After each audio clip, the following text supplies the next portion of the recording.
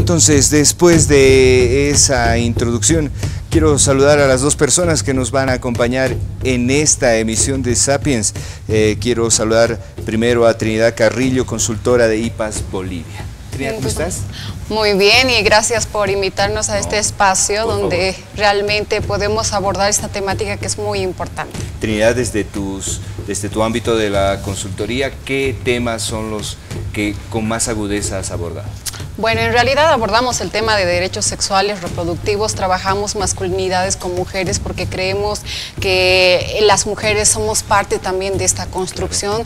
No nos olvidemos que los niños pasan en la etapa de la infancia mayor tiempo con las madres, ¿no es cierto? Entonces tenemos que reflejar que realmente las mujeres también somos parte de esta construcción. Exactamente, bienvenida Trinidad. Gracias. Y tenía que estar acá por la acumulación de experiencia, por el trabajo que realiza y desde luego que lo valoramos un montón. Está con nosotros Eric Quiroga, consultor independiente. Eric, querido, ¿cómo estás? Bienvenido bien, a Sapiens. Todo bien.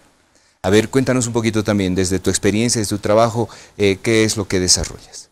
Bueno, yo he trabajado fundamentalmente en salud sexual, salud reproductiva, y en ese marco he trabajado en derechos, en género, sobre todo con jóvenes, aunque luego me ha tocado trabajar con una diversidad de población en estos procesos de tratar de ayudar a las personas a cambiar sus construcciones, no solo sobre el género, sino también sobre sus propias vidas, ¿no? Bien, comenzamos contigo, Trinidad. ¿Las mujeres reproducen estructuras patriarcales? Sí, definitivamente. Vivimos en un país donde la estructura está muy marcada del machismo. Ajá. Y evidentemente la construcción tanto en varones y en mujeres son definitivamente iguales, y el sistema ha generado que la mujer de alguna manera reproduzca porque esto va naturalizado, ¿no? Ahora, estos ámbitos que tú estás marcando son la reproducción de un fenómeno que viene desde unas construcciones sociales que aprendemos desde muy niños. No es algo que voluntariamente la mujer entiende que lo debe hacer para subsistir, digamos. Claro, en realidad esta reproducción parte de cómo tú enseñas, ¿no es cierto? Se señala que durante la etapa de la gestación, incluso tú como padre vas asignando ciertas características de lo que quieres que sea tu hijo, ¿no? Desde el momento en cómo una mujer va a incorporar la ropa que va a utilizar, cómo va a vestir, el imaginario que se construye en base al sexo del bebé, ¿no? Claro, bien, interesante. Eric, si tendríamos que hablar de la masculinización de las mujeres, ¿cómo podríamos hacer referencia a este ámbito para que lo entienda la gente en sus casas? Bueno, yo creo que lo primero que hay que entender es que hombres y mujeres, no solo yo diría en nuestro contexto boliviano, sino también en la mayor parte del mundo, vivimos en sistemas patriarcales. Entonces el sistema se reproduce de igual manera con hombres y mujeres. Entonces las mujeres terminan ahí también pagando un costo, porque parte de su pertenencia al sistema social implica también su masculinización. Ese podría ser un punto, es decir, las mujeres son criadas a partir del sistema patriarcal. El otro elemento es que las mujeres en su lucha, en la conquista, digamos, de espacios de participación laboral, político, etcétera, en muchos casos han tenido que pagar transformando su comportamiento, adaptándose a la exigencia del sistema que les solicita, digamos, de manera a veces más explícita, otras veces menos, comportamientos de tipo masculino. Autoridad, jerarquización, ejercicio del poder, dominación sobre otros y otras, digamos. Y también la masculinización de las mujeres puede darse cuando al ellas insertarse en un determinado espacio se les exige o se las trata de manera más explícita como si fueran hombres, ¿no? Sobre todo en espacios que han sido históricamente designados para los hombres, ¿no? Por ejemplo, en el espacio laboral, cuando vas a ocupar un espacio jerárquico, o también si lo quieres, por ejemplo, en ámbitos donde ahora se las ve más a las mujeres, por ejemplo, mujer chofer, mujer conductora, mujer albañil. Entonces es muy posible que ahí se trate a las mujeres directamente como hombres, al ocupar un espacio de hombre, ¿no? Qué interesante lo que Eric nos describe, porque me abre esta suerte de debate que podríamos tener acá, que se refiere al hecho de por qué, de alguna manera, las mujeres, para destacar en algún ámbito, tienen que empezar a tener como sesgos que normalmente se le otorga al varón, ¿no? Porque la mujer, para tener algún puesto de decisión, tiene que ser la mujer ruda, que habla torpe, que... ¿Por qué desde esa feminidad no se ha podido construir también esta idea de tomar una posición, ser jefa, tener un puesto de liderazgo? Esto va en relación a los estereotipos asignados a las mujeres, ¿no? Donde las mujeres no tenemos voz, las mujeres somos las débiles, las mujeres nunca mandan, ¿cierto? Sino son los hombres. La mujer de alguna manera también ha tenido que buscar una estrategia. Y es como yo entro a este espacio donde solo los varones pueden conquistarlo, son un espacio de los varones. Es así que ellas optan por diferentes conductas para ingresar a estos espacios, porque si no, no les es permitido. A pesar que hoy en día en el país y en el mundo entero hay un avance en conquistar el espacio público, seguimos siendo parte del espacio privado. El ámbito doméstico sigue siendo parte de las mujeres. Y no nos olvidemos que hay mujeres que pueden ser profesionales, tener una carrera, doctorado y todo ello, pero llegan a casa, siguen haciendo las labores de casa.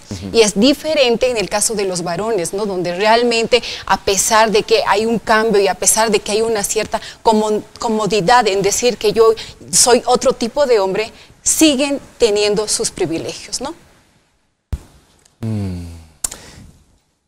Eric, ¿en qué punto o cuándo sucede que de alguna manera, como decía Trinidad, esta mujer que no encuentra un espacio, que no se siente reconocida, tiene que empezar a adoptar estos otros comportamientos? ¿Cuándo sucede la ruptura o cuándo sucede esta lectura que luego los hombres tenemos cuando de pronto una mujer tiene una energía un poquito más diferente a la que nos han construido desde niños y terminamos, por ejemplo, diciendo, oye, estás loca, ¿qué te pasa? Tranquila, ¿no? Sí, te estás volviendo loca. Esto es también como una forma o una herramienta que tenemos los hombres como para también controlar o poner sumisas a las mujeres, calificarlas, etiquetarlas, darles un rol. Sí, yo creo que, a ver, pasan varias cosas. Primero, el hecho de que esta especie de transición en términos del rol de las mujeres cuando ingresan a espacios masculinos, esta especie de transición, yo diría que no solo está mediado por el género. O sea, el género sí te va a definir varios comportamientos, lo que se espera, pero por ejemplo, en la ocupación de los cargos jerárquicos hay también construido un imaginario, más allá de que tú seas hombre o mujer, ¿no? Y sobre todo hay espacios que son mucho más demandantes de un cierto tipo de autoridad. Entonces, creo que eso es necesario reconocerlo porque eso le da también un poco más de complejidad al análisis, porque entonces tanto las mujeres como los hombres no solo estamos atravesados por roles de género, sino también estamos atravesados por roles de clase, por roles de pertenencia a ciertos grupos, sean académicos, profesionales, que van a influir en nuestra conducta. Entonces, parte de la transición se da justamente, ligando a lo que dice la compañera, en el momento en que la mujer abandona el espacio privado para ingresar al espacio público. Ahora, los comportamientos que le exigen a la persona, como tú dices, ¿no? Se le asigna un denominativo loca, etcétera, sí en alguna medida son de control del comportamiento, porque le estás diciendo, no, tú no deberías comportarte de esta manera, ¿no? Esto no es tuyo, no es propio para ti, porque eres mujer, entre comillas. Sí es una forma de control, pero yo lo que quisiera también hacer visible es que ese mecanismo de control no lo haces o no lo ejerces necesariamente porque eres hombre. Hombre biológico, digamos, no es algo que tiene que ver con tu naturaleza, sino porque en ti también está arraigado el mandato del sistema patriarcal. Entonces el sistema patriarcal habla a través de ti, porque también ese tipo de control lo pueden hacer las mujeres. Otra mujer puede controlar a otra y decirle, tu comportamiento no es femenino. Trinidad, simplemente para ser justos con los términos y aterrizar conceptos y criterios, ¿hay una diferencia entre un comportamiento patriarcal y un comportamiento machista? Bueno, en realidad el comportamiento dentro del sistema, porque no nos olvidemos que el patriarcado es un sistema y el machismo es una forma de cómo nosotros de alguna manera mostramos y utilizamos lenguajes sexistas, de alguna manera mostramos que la mujer es objeto y no sujeto, ¿no es cierto? Entonces, tiene que ver con una gama, una estructura que responde tanto a sistemas económicos, sociales, es algo macro, ¿no? A diferencia del machismo que se traduce en conductas. Si nos puedes ayudar a reforzar esto también, ¿cuál es la diferencia o cómo podemos entender el sistema patriarcal y las actitudes machistas? Sí, para complementar yo diría que el sistema patriarcal está arraigado en la cultura. Por eso es imperceptible, porque en algún momento, a partir de su origen, se ha ido posicionando lentamente a través de las creencias, de las conductas, de los comportamientos y se ha ido reproduciendo generacionalmente. Entonces, cuando tú naces en un sistema que ya está determinado y empiezas a asumir como parte de tu crianza ciertas formas de ver, ciertas formas de comportarse, que las asumes, pero que más son validadas por el propio sistema, es decir, te dicen, lo estás haciendo bien. Entonces, es ahí que la persona no es crítica respecto a su forma de crianza. Entonces, es ahí donde el sistema se va reproduciendo, ¿no? Y el machismo sí tiene muchas razones, ella es nada más que ciertos comportamientos de este tipo que van a discriminar, ¿no? Aquello que no se alinea con lo que el sistema patriarcal define como lo hegemónico, o el lugar al que todos, entre comillas, deberíamos llegar. Bien. A ver, hasta aquí hemos tratado de hacer una suerte de introducción, comprender la dimensión de lo que significa y lo que puede representar para nosotros analizar esto que hemos denominado masculinidades y mujer. A partir de estas descripciones vamos a tratar más adelante, tenemos una conversación que vamos a tener con un especialista hasta México, tenemos un reportaje que vamos a presentarles a ustedes, pero luego con nuestro panel vamos a intentar analizar cuánto realmente nos afecta poder tener que recaer en estas actitudes machistas o reproducir comportamientos del sistema patriarcal a hombres y mujeres.